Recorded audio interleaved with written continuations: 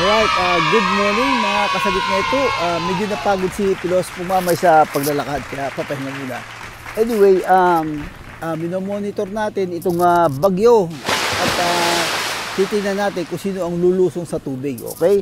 Kaya ba ni Lakuda na lumusong sa tubig na katulad na ginagawa ni Isko Moreno, okay? So, abangan natin yan.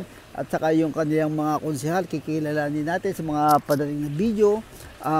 Si Mocha, ano kayang outfit ni Mocha sa sa bagyo ito? Ano kanyang susuotin sa paglusong sa bagyo? Mamimigay ba siya ng cookies? Yun. Lahat ng mga yan ay tututukan natin, isa-search natin. So importanteng ma-monitor natin itong padating na bagyo. Titingnan natin ang galawan ng mga politiko sa Maynila. Okay? Dami mga hot na balita ngayon, especially sa Quadcom. Pero ang focus ko ngayon is all about Isko from now on. Doon lang ako at very tempting yung mga issue sa mga ibang bagay, pero focus tayo sa kampanya ng kampo ni Isko Moreno. Okay? So, ikot muna tayo, masyal-masyal muna tayo dito. Alright! Okay, sa gitna ito, nagbabalik. Okay, ready na ba kayo? Okay. So, fasten your seatbelt. Okay, pag-uusapan natin ngayon itong mga konsehal ni Isko Moreno. Okay, iisa-isahin natin yung mga yan. Okay, kilalanin natin. Okay? And then, hopefully, by next week, ay ito naman mga congressman na ini-endorse ni Isko Moreno hanggang 1st to 6th district. Okay? So, sa ngayon, ito muna mga konsehal. Kikilalanin natin. I don't know kung hanggang saan yung oras natin, pero okay. So, unahin natin yung, siyempre, unahin natin yung kakilala na dahil nagre-research pa ako sa kanila eh. Ito si Mocha, ito ang kilala ko. Okay? Kasi doon sa mga vlogger, yung mga dati nanonood, kasi speech motivator din ako nung kampanya ni Isko Moreno during president. Presidential campaign. So, na-cross yun ako na medyo against ako dito kay Mocha, di ba? Yung mga time na yon. At anytime na kasi may mga on and off, may back and forth na drama na ganyan. So, nagre-response ako, nagre-react ako doon sa mga, sa mga pambabato kay Isko. Okay? But, anyway, ang aking insight dito ay lalo akong humanga kay Isko Moreno. Kasi, wala siyang grudge. Di ba? At, hindi siya nagtatanim ng galit despite na may mga, back and forth na drama sila. So, talagang napahanga ako kay Isko Moreno. That's the right thing to do. Okay? At, ito, may mga, kung babagit sa inyo tungkol kay Mocha at kung paano natin kung anong tunay na pagkilala ko kay Mocha. So, magtatapat ako sa inyo. Okay? Actually, itong si Mocha, nag-search din ako sa kanya eh. Mahusay na tao to. At dahil ito, yung kasi ina-exaggerate lang nila yung tungkol kay Mocha, yung hinawakan ng suso, pero siya pala ay nag-volunteer dahil para yung tungkol do sa cancer patient sa mga may problema sa suso, siya nag-volunteer na ganoon, okay? So, meron matapang siya na capable siya na wala siyang hesitation kung makakatulong. Parang yun ang message niya eh. Excuse me. Besides, kaya alam ko na mahusay naman tao tong si Mocha ay meron ako mga impormasyon dahil actually si Mocha ay merong yung kapatid niya ay doktor. Alam niyo naman ang doktor ay talagang natulong niya sa tao. At napangasawa niya ng doktor na yon, yung kapatid niya ay pisang buo ng asawa ko. Kaya medyo nakakapagmarites din tayo ng konti. Oh. So, okay to si Mocha. Ang nga lang, siyempre, ang mga Pilipino ay makasalanan ang mata ng tao.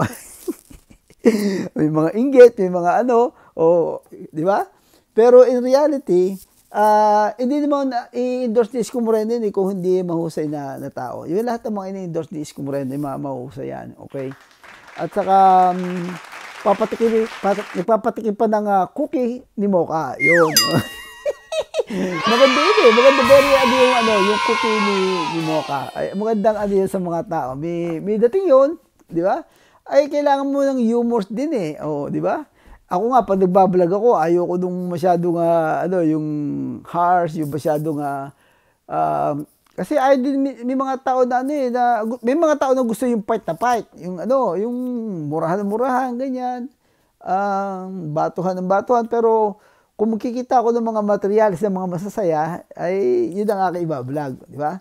So anyway, yun si Boca, pero balik ko lang, there was a time na ano ba yun? Pero may mga comment din ako na pinaninindigan ko na sabi ko nung nakaraan ay hindi nakatulong itong grupo, itong si Mocha at saka itong si Banat Bay kay Isko Moreno. It's up to you kung mag-request sa akin, okay? Ako talaga ang legit na nagsasabi pag tama ay pinipress natin at pag may nakita tayong mali, medyo tayo, outspoken naman tayo, di binabagit natin.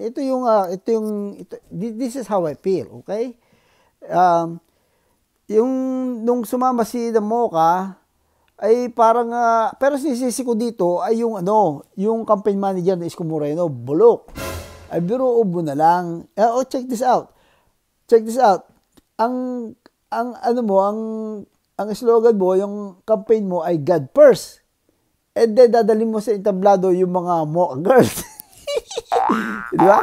Ayun, wala problema doon sa sa mga maralitang tao na-dominate kay Isko Moreno yung mga ini. Ang puso nila nasa Isko Moreno. Again, tatlong grupo lang ang nagpapasikip ng karsada. Kahit pumunta ng Mindanao, Kabisayaan, blue, pink, at saka pula. Okay? Yeah.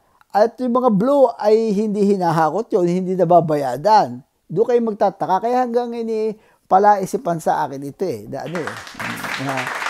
bakit parang hindi na tamang numero. Okay? But anyway, babalikan natin yan. So, balikan natin to dito yung campaign manager, ang inaano ko dito. Okay, God first, and then yung mga Mocha dancer, kailangan paikutin niya sa entablado. So, okay, nakuha niyo yung mga maralita. Okay, paano naman yung mga, yung mga reliyosong tao, mga, ay nakuha ng mga padisente, mga parang nakuha ata doon sa, nagliba na doon sa kampo ng mga pink. Parang ganun daw ang nangyari. Which is, ay convinced na totoo yun. Na nagkaroon ng at hindi naalagaan yung paninira noon kay Isko doon sa, Boy Benta, hindi na damage control na maayos ng campaign manager ni Isko. Okay, bulok nga yung campaign manager ni Isko. Yun. Anyway, so pass is pass, okay? At diyan naman natin nakikita si Isko Moreno na wala siyang grudge, move forward. In fact, yung mga kumukontra ay kinakaibigan niya hangga't maaari. Meron lang mga kaibigan dati na mahirap i-give up yung pera at saka kapangyarihan. Yun ang very malabo yun. Ang tao ay ganid, na nabubulag, okay?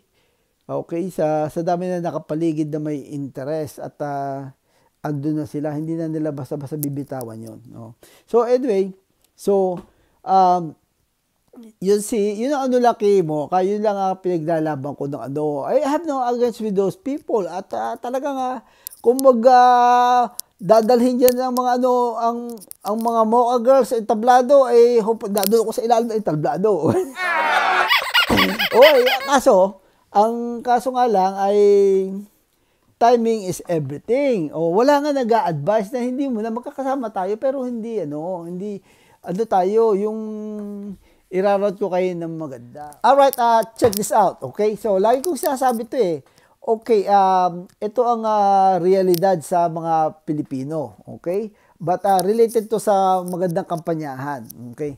So, ang mga mahihirap ay marami. Marami talaga maralita sa atin. At meron silang claim na dapat sila andinggin, sila mga mahihirap ay prioritize yung kanilang mga hinaing, okay? So, okay yun. Tama din yun. Everybody have right na i-express, okay? Pero kung ako naman ang tatanong, iba ang mindset ko, gusto kong pakinggan ang kwento ng itong mga nasa middle class despite na ang resources ng Pilipinas ay hindi masyado maganda, ay dahil nga sila yung mga ambisyoso, yung pangarap nila ay napanagumpayan, successful sila. Okay? So, mas magandang sila ang mag-lead at pakinggan kung ano, dahil sila naging successful eh. O ngayon, kung papakinggan natin itong mga teka mo na, bakit kayo hindi naging successful at bakit kayo ay naghahanap ng i-blame? Bakit ano ba bakit nasayang ang oras ninyo at hindi kayo successful? So, yun ang aking mindset. So, however, kaya ako binobroto ito, ay ito'y pwedeng mag-link dito sa campaign. Kasi yung mga, in reality, sa mga kultura ng mga Pilipino, yung mga may pera talaga na ganyan, mga nagsikap, ay kinikilala, kinukuha ninong, nakakapag-rekomenda na yung boses nila, yung kanilang interpretasyon dito sa mga kandidato ay pinapakinggan ng kanyang mga kamag-anak na kasi wala yun naman mga happy-go-lucky ng mga tao talagang may pinapakinggan din yung pinaka-close sa kanila. At pag pumunta sila sa labas, kung ano sinabi ng kanilang parang mga dato, ganyan, di ba? Yun yung totoo yung kultura ng mga Pilipino yun. So, kaya kung binabanggit to, nung mga nakaraan ay na kampanya, nakita ko talaga solid na tayo sa mahirap, pero hindi ninyo naalagaan yung mga taga middle class ay dahil ba hindi merong power na pabaguhin ang isip ng mga narito. Kasi yung mga nasa middle, may mga trabaho na may mga hindi nyo basta mapapabago ang isip ng mga yan. Okay? Pero itong mga narito ay madaling mapabago ang isip. Yun ang aking magprakahan na tayo. Yun ang aking nararamdaman. Okay? Yun ang, hindi ko masasabi na nabibili ng pera ang mga maralita. Ang sinasabi ko labang ay yung kultura ng mga Pilipino na nakikinig, may mga kamag-anak sila na may doon sila nakikinig. Oo. Maybe nagpaaral sa kanila at saka doon sila magko-compromise. So, hopefully maalagaan yung section ng mga taong yon na makaka-impluwensya. Okay? Mahalagaan din yun. Hindi lang yung mahirap. Lamang ka na. Dahil nasa akin ang mga mahirap, ay hindi ho yun. Hindi, may numero pa rin yung yung mga panyaka sa mga middle class. Okay? So, yun. Isang opinion lang yun ha. At baka sabihin nyo at hindi nasa sa inyo yun. Isang obserbasyon lang pala yun. Hindi lang opinion, isang obserbasyon yun sa mga sa mga nakaraan. Okay? Anyway, salamat po sa mga nakinig at nag-share lang tayo ng ating opinion. So, isang opinion lang yun. And hopefully, kung may mga comment kayo, disagree, ilagay nyo dyan at ating at kulitin nyo si Pinoy, magkulitan tayo. Okay? Anyway, lagi talaga ako nagse-search sa mga konsehal at kinikilala natin yung mga konsehal. So, one of this day, yung paborito yung konsehal ay mapapag-usapan natin. Okay? So, anyway, ibato nyo lang sa akin kung may mga marites kayo at baka, isisingit natin. Okay? Okay, salamat po sa mga nag-subscribe at sa mga magsusubscribe pa. Tuloy-tuloy po tayo. Okay? Kaya, nakapokus lang tayo sa kampanya sa Maynila. Okay? So, alright. For now, God first. Peace out.